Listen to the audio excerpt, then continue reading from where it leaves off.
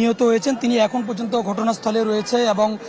মরদেহ নিয়ে যাওয়ার যে কার্যক্রম সেটি কিন্তু পুলিশ করছে এবং পুলিশ তাকে শনাক্ত করার যে কাজগুলো সেগুলো তারা করছে। তার মানি ব্যাগ এবং তার সাথে থাকা কাগজপত্র দেখে সেটি চিহ্নিত করার চেষ্টা করছে এবং তাকে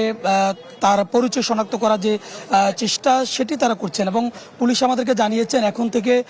15 থেকে 20 মিনিট আগেই মূলত এই ঘটনাটি ঘটছে এবং আমি একটি দেখানোর চেষ্টা করছি। এই যে বিয়ারিং প্যাড মূলত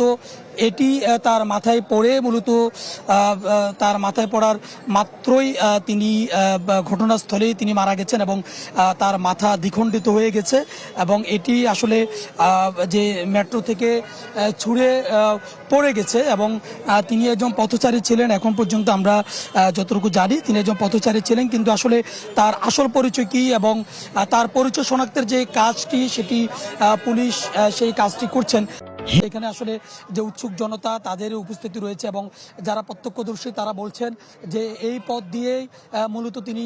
তিনি যাতায়াত করছিলেন এবং এরপরই হঠাৎ করে তার মাথার মধ্যে বিয়ারিং প্যাডটি পড়ে এবং